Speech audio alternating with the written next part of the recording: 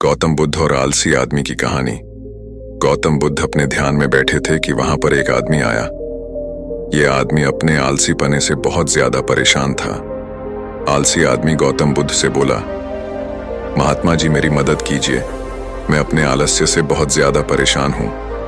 आप ही कोई उपाय बताइए जिससे मैं आलसीपन से छुटकारा पा सकूं।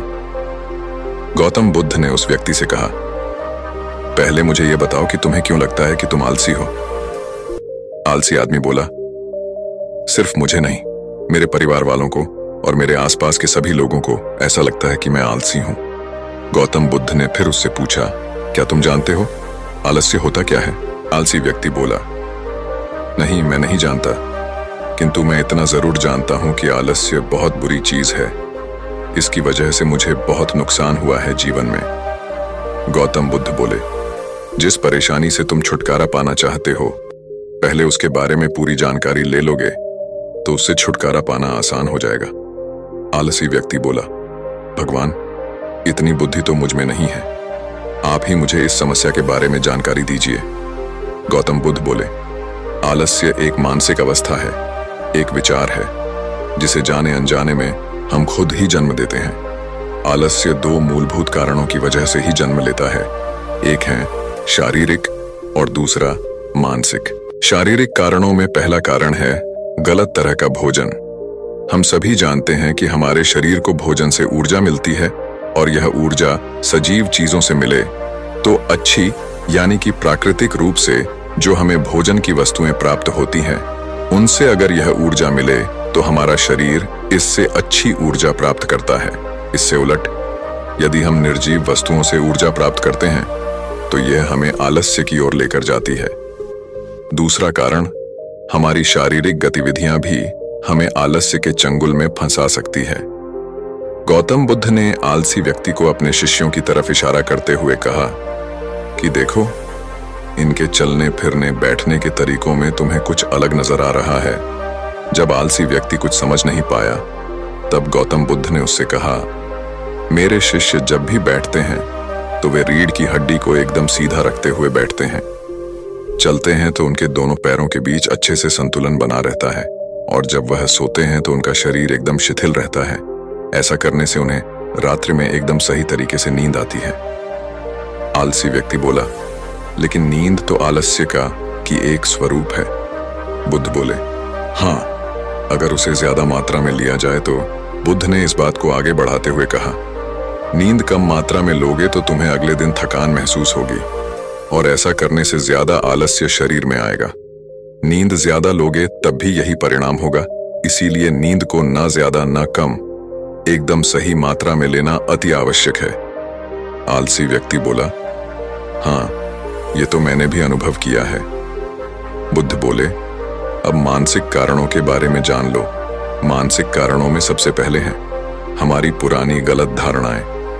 अक्सर ऐसा होता है कि हम पहले जिन कामों में असफल हो चुके हैं, हमारे अंदर ऐसी भावनाएं बन जाती हैं कि हम उस काम में हमेशा असफल होते रहेंगे, जिस वजह से हमें उस काम को करने में आलस आता है।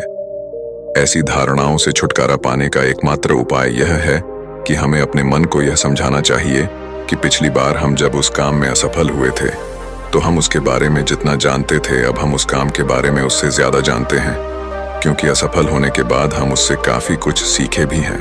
बुद्ध बोले, दूसरा कारण है आलसी और कामचोर लोगों की संगत। कई बार ऐसा होता है कि हम आलसी नहीं होते, मगर जिनके साथ हम रहते हैं हम उन जैसे बनने लगते हैं। इससे छुटकारा पाने का उपाय बहुत सरल है। कामचोर और आलसी व्यक्तियों से दूर रहो। ऐसे व्यक्तियों की संगत में रहो जो अपने काम को बड़ी लगन से करते हैं और तुम्हें कुछ सिखा पाए। गौतम बुद्ध ने तीसरा कारण बताते हुए कहा, यह कारण आलस्य के लिए सबसे बड़ा कारण है, काम को कल पर टालते रहना। यह कारण इतना शक्तिशाली है कि किसी भी व्यक्ति को बर्बाद कर सकता है। इससे बचने का सबसे आसान उपाय यह है कि जो काम जितनी जल्दी संभव हो उतनी जल्दी कर दिया जाए। गौतम बुद्ध ने आलसी व्यक्ति से एक सवाल पूछा, मान लो तुम किसी रेगिस्तान में फंस गए हो और तुम्हें प्यास लगी है तो तुम क्या करोगे? आलसी व्यक्ति बोला, मैं जल्दी ही रेगिस्तान के आसपास कोई गांव की तलाश करूंगा या ऐसी जगह की तलाश करूंगा जहां पर मुझे पानी मिल सके। गौतम बुद्ध बोले, अगर तुम्हें काफी देर ढूंढने पर भी पानी ना मिले तब तुम क्या करोगे? आलसी व्यक्ति बोला, मैं तब भी अपनी तलाश जारी रखूंगा, क्योंकि ऐसी परिस्थिति में मेरे पास कोई और दूसरा विकल्प तो होगा ही नहीं। गौतम बुद्ध बोले, बिल्कुल सही। और यही है मानसिक स्तर पर आलस्य का चौथा कारण, किसी भी निश्चित लक्ष्य का ना होना। यह भी आलस की ओर लेकर जाता है। अब सुनो, पांचवें कारण के बारे में गौतम बुद्ध बोले, सोचो कि तुम्हारे पास काफी सारे सोने के दागिने हैं जो तुम्हें एक जगह से दूसरी जगह लेकर जाना है। तुम चलते चलते थक जाते हो और किसी पेड़ के नीचे बैठ जाते हो, और तभी तुम्हें दूर से तुम्हारी तरफ दौड़कर आ रहे डाकू दिखाई देते हैं। तो क्या तब भी तुम आलस करके वहीं बैठे रहोगे, या ऐसी परिस्थिति में तुम वहां से उठकर दौड़ने लगोगे?